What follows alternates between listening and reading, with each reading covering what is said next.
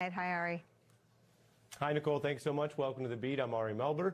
We're following a lot tonight. This is a newsworthy week, from that big testimony last night to what's happening in Minnesota. We have James Carville here. But first, Americans are standing up to the Trump agenda and the ICE tactics caught on tape. In Minnesota, workers and businesses striking across the state, all to protest these ICE operations, which have ramped up. Americans braving below freezing temperatures, okay? And you can see what we're having out there, exercising First Amendment rights, standing up. And I just want to be clear as you watch this, it's negative 10 degrees right now in Minneapolis. Meanwhile, people say, what do protests reflect? Sometimes they could be larger or smaller than public opinion, but here, the massive, strong revolt against Trump as we close the week comes with new numbers showing that people oppose most, if not all, of his agenda, and certainly the top items like how he's doing on Epstein or these ICE controversies. A year in, about half of voters say the country is worse off overall. When you say, okay, what about Trump's base? Are they saying everything's great? Actually, no. Many people who voted for Trump don't think we're better off, which is why only a third go that far. This is brand new New York Times polling that has Trump underwater by 16 points. And these issues show even more concern. This is when you look under the hood, it's actually even worse for the Trump administration and any Republicans heading into these midterms on Trump policies. On the economy, 60% disapproval. Trump is down bad. And this comes after the return from Davos, where he didn't get what he wanted. He backed down and did the very usual thing that foreign leaders and domestic audiences are accustomed to. Whether tariffs work or not, whether prices are down or not, Trump will, when he backs down, make a lot of bluster about claiming the opposite. But we deal in facts.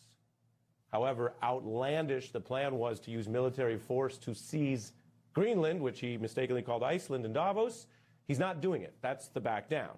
Then the bluster is trying to get headlines in right-wing media or elsewhere about how maybe he's still on his way to a hoped-for deal. But this is a reversal. And it's not only about the Greenland threats, whether we'd ever use force over there, but also what went along with that this week and rattled the markets. Trump's claims that he would have a long-term tariff war. If that sounds familiar, he's, of course, put out many such tariff threats and real tariffs around the world. This was about going after Europe. And it's brought back the talk of TACO, that Trump always chickens out, T-A-C-O. And this is rattling him as he shows in a format that some of his own former aides say is concerning, that whatever you think of Trump, that there is a decline. That's what Ty Cobb told us this week, as overnight he was posting dozens of messages that can only be described as unhinged, also threatening the New York Times for reporting on their polling that reflects the whole public turning on him. So met with bad news, he of course attacks the news, but you can't attack the hundreds of millions of Americans that are potentially reflected in that poll or out on the streets, revolting against many aspects of Trump in what has been obviously a bizarre week. Donald Trump threatened sweeping new tariffs on some NATO allies unless Washington is allowed to buy Greenland. Saying he no longer feels an obligation to think, quote, purely of peace. Now, Donald Trump says he's cancelling his planned tariffs for European nations. Yeah, every one of them's a friend of mine. A couple I like. A couple I don't like. The number of Americans who disapprove of President Trump is nearing a new high. The people of the United States of America do not like what they see. They have issued a stinging rebuke of his presidency. We are now starting with James Carville, a legendary Democratic strategist who follows these things very closely, but hasn't necessarily seen a week like this, not with maybe presidents you've worked for. James, what is your headline for the week, the polling, and these protests tonight? Well, let's talk about Trump at Davos and his midnight nocturnal tweets. He's a flea-bitten dog baying at the moon. Okay, I apologize, kennel clubs and dog love area. I didn't mean to drag the reputation of flea-bitten dogs through the mud, but it's the best metaphor I can come up with. He's just howling and howling and howling, and you can't reason with him. Oh, that's 238,855 miles away. It can't hurt you. It's orbiting the Earth, and the Earth orbits the sun. You're talking to a flea-bitten dog. I'm serious. It makes no sense. and it's going to continue to make no sense. And you can't figure it out, Ari. And the big news, if you look at your story in Minneapolis, the Republicans are going to claim they're going to have a midterm mini convention with Trump attending. They're going to go to Minneapolis, and he's going to try to provoke a race war. Listen to me. This summer, the Republicans are going to go to Minneapolis. He's going to try to provoke a race war, and he's going to try to call out the 75th Ranger Regiment and declare. And that's what you. That's what. As soon as I saw that, and I saw the story today, he's going to go to Minneapolis to try to provoke these people in all over, and it's going to be summertime, and the weather's going to be good, and he's trying to create a race war. I don't think he will succeed because I don't think people will take the bait, but they better be warned. And I'm serious. I'm really serious when I put these two events together. I think they will. Yeah, I mean, and people have to take these warnings seriously. There were warnings about enemies lists and autocratic slide or worse during the 24 campaign. And some observers, some people, I'm not talking right wing, some experts, media types said, oh, well, that's really rhetoric. And, oh, they're just saying these words. Everyone now is seeing it. And that's why when you look at about 60% of Americans opposing the ICE tactics, that's striking. You're saying something that overlaps with what we've heard from some former Trump aides, that he wants larger problems so that he can have them as an emergency trigger. I want to read from the Wall Street Journal, which was closely watching and at times criticizing this wild week that Trump had. The consequences are real. It's not just, quote, distraction. Europe, soldiers, markets. They write, Trump backed down from the demands to own Greenland. And he did so after the markets and European allies and the Congress raised objections. The, quote, authoritarian Trump narrative was wrong. Again, they argue. The reality is that despite his over-the-top rhetoric, he can't get away with whatever he likes. I'm curious, James, if you think that the Journal is referring to the problem. They certainly didn't like the market uncertainty, but they have it exactly backwards. It shouldn't take an entire coordinated world event to stop what were autocratic threats, starting a war without Congress. Well, first of all, does anyone really think that Donald Trump could point to Greenland on a map? No. No one does. Secondly, he woke up one morning and he decided he just was going to say that. And then everybody, it was almost ridiculous. People said, well, this is not a very good idea. Maybe we could do this. And then, as Maggie Haven pointed out, what they're going to offer is sovereignty over U.S. bases, of which they already have. And he's going to announce, he's going to make great fanfare that he's reached a deal with Denmark and Greenland to do exactly what we've been doing for the last 300 years. That always happens with him. He comes up and flustered, and he comes back and he claims he's going to have this great victory in a place that he has no idea where it is. He has no idea what the history of it is, anything else. But that's just what we're in for between at least 9 November. Yeah. I wanted to have you broaden out a little. The protests are important, and we've been showing some of that. They are backed, though, by a much wider revolt in this country, which is unusual this early in a second term. And they reflect what some critics are saying is the real loss of the consent of the governed, that we're not talking about a 5-point shift here about policy. We're talking about something deeper. I want to read to you more from that Times poll that's brand new that Trump attacked. Voters do not approve of the handling of the cost of living. That was the issue, of course, in the 24 race. By a 30% spread. Continuing, voters do not approve of the Epstein files, which are now an illegal cover-up, I can say that quite accurately, by 66-22. I mean, that's a lot of his base, James, that don't support. And then widening out even more to what scares Republicans on the November ballot, young and non-white voters, the Times writes, are likely to disapprove of Trump than they were, more likely now than 2020, but he retains support among the older white voters. Your view, James. Okay, so on the Times poll and other polls, well, he wants to see the Times. Actually, the Times poll might have been a little bit better for him, slightly than the other consensus polls. But I'm going to be a little bit of a know-it-all political consultant here with your audience. The most important number in these polls is the strong disapprove relative to the strong approve, because that really, really tells you where it is. I'm probably off a percentage point, but I'm generally not very off on these things. He has like a 24 strong approve and a 48 strong disapprove. So that is a huge differential. And you just have to project yourself to November that the people who strongly approve, they're guaranteed to go out and vote. But the people that strongly disapprove, which are already approaching 50%, I'm not talking about somewhat approve. I'm just talking about strong versus strong. You know, mano, you line up, we line up. You know, it's 2-1 that he's in that deep, and he can sue whoever he wants to. But all the polls are the same. It's like my watch is not very different than your watch right now. It's all the same, yeah. and it's coming. And always look at the strong approve, disapprove differential. It's something that a old campaign manager, first thing I would look at when, you know, it used to be that faction poll overnight or something. That's not like it is anymore, but that's how old I am.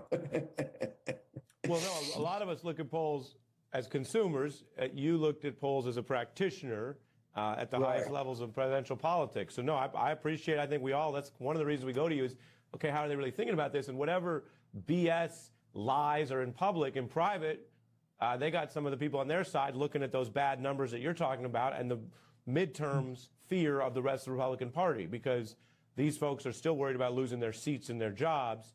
So it's interesting hearing you say that, and getting mad at the pollster to take your watch analogy is like getting in trouble for being an hour late and saying you're going to sue the watchmaker. As a lawyer, I don't think you're going to get very far on that. And the problem is if you're late, you're late out here in resources for personal use / questions about abuse. But because we're serious people, I guess more focused on national security, we'll spend our time talking about all the ominous signs for that.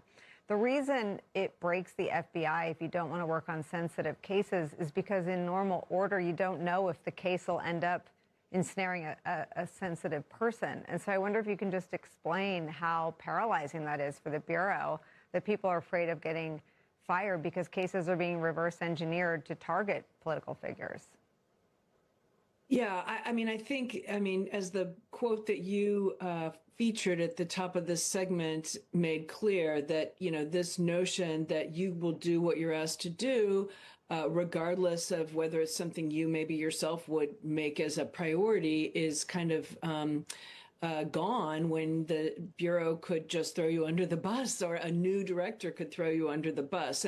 But I think another really important point here is not just the reluctance potentially to want to, you know, work on things that could be sensitive, that could at some point be described by somebody else as political, is also just the mass diversion of resources from the FBI's core specialties, right?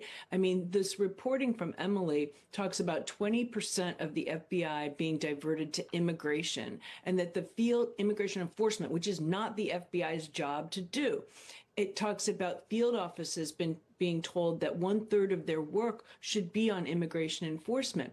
So that's a lot of people. The Bureau is about 38,000. So we're talking about taking people off of counterterrorism investigations, counterintelligence investigations, public corruption, like we've just been discussing with Agent Jardina and the Jack Smith January 6th investigation, drug cartels, drug trafficking, which is supposed to be a priority of this administration, but people diverting from that. Cyber specialists. These are people who go to Quantico, they go to specialized training, and then they spend years developing their expertise in these kind of things that other people just can't step in to do. So when you divert them to be essentially street ICE agents along with street cops, also inflating their numbers because of the types of arrests they're being involved in, and giving Kash Patel some ammunition to talk about how many arrests are up, what you're really doing is diverting from the core functions of the FBI. And I think one of the things that came through in this reporting, and one reason that 45 current and former agents were willing to talk to Emily, including 16 on the record, is because they are worried about national security and public safety with this diversion of resources. Emily, there's an incredible passage about Kash Patel. It reads like Richie Rich. Let me read that. Senior executive 2, every May there's a Five Eyes conference with the head of every intelligence agency. This year it was in the UK. Kash Patel is going. In the lead up to that, his detail starts making crazy requests. He's got special requirements on everything, and the Brits are getting pissed. Before the conference, his staff says he's unhappy because he doesn't like meetings in office settings. What he wants is social events. He wants premier soccer games. He wants to go jet skiing. He'd like a helicopter tour. Everyone who heard about this was like, hold on, is he really going to ask the MI5 director to go jet skiing instead of a meeting? The schedule is set, and every Five Eyes partner is doing this. They can't just say that he's not participating and instead wants to go to a premier soccer game. This is a job, guys. His staff only cared about 3 things: what his meals were, when his workouts would be, and what his entertainment would be. The biggest plan is how he's going to get his girlfriend in there so she can go to Windsor Castle. How's that going? Yeah, I mean, look, how can you top that kind of close observation from someone in the FBI watching this and thinking, wait a second, this is the leader of the agency, and he is very focused on things that are not part of the core functions of the agency. And how is this working? And yet, you know, Patel has been, it seems, truth out there. An ICE detainee's death has now been officially ruled a homicide by a medical examiner, not an accident, not natural causes, a homicide. The reporting was first confirmed by the Washington Post. The man who died was Geraldo Lunes Campos, a 55-year-old man who was being held in ICE custody in Texas. He died on January 3rd. Let's pause right there, okay? Because this death is a tragedy. All deaths are a tragedy. And I want to talk about this one specifically because once a death in government custody is ruled a homicide, the entire story changes. This ruling did not happen in isolation, okay? On the same day, the medical examiner classified his death as a homicide. A federal judge stepped in and temporarily blocked the deportation of 2 other ICE detainees. Why? Because those 2 men told the courts that they witnessed Lunes Campos being killed. The judge's order means that those witnesses cannot be deported while this, investigation continues. Ask yourself this: why would a judge move that fast unless the claims were serious? I mean, enough to preserve testimony. So now let's be very precise and factual.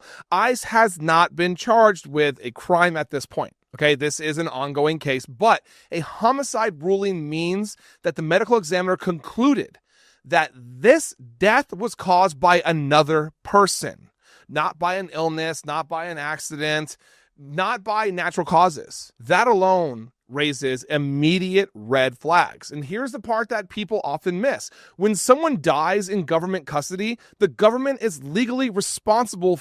Guys, they're responsible for their safety. So this isn't, optional. When the state detains someone, that person cannot leave, cannot seek help elsewhere. They cannot protect themselves. So when a death in custody is ruled a homicide, the questions are unavoidable.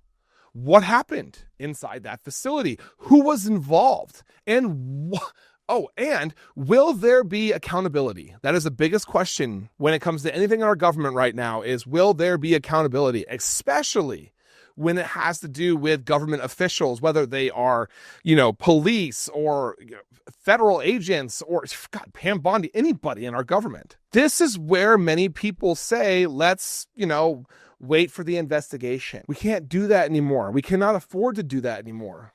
We can't. It seems as if the only people that we can really rely on right now is most judges. Otherwise, the system is just completely fucked. I say that because we've already seen a pattern, in this case. I mean, the government described the death as medical distress. Then witnesses came forward saying something very different. Now the medical examiner's rulings aligns with the witnesses, not the original, explanation. At the same time, there were, efforts underway to deport those witnesses faster. So once you see the timeline, the concerns become much harder to ignore. I mean, this case is still developing, but here is what, is already true and undisputed. A man died in ICE custody. A medical examiner ruled it as a homicide. Eyewitnesses, 2 of them, say that he was killed, basically murdered. And a federal judge stepped in to prevent them, or those witnesses, I should say, from disappearing. That is not routine. That is not normal. And damn it, it demands transparency. Final question here is, if death in custody can be explained away, or, witnesses can be removed or disappeared in some way, how does accountability ever even happen? Okay. I mean, this story is not over, and what happens next will tell us a lot about whether oversight still works or whether, silence wins again with this administration. Let me know what your guys' thoughts are in the comments. See you on the next video. Thank you for watching. I am Jared Zipp.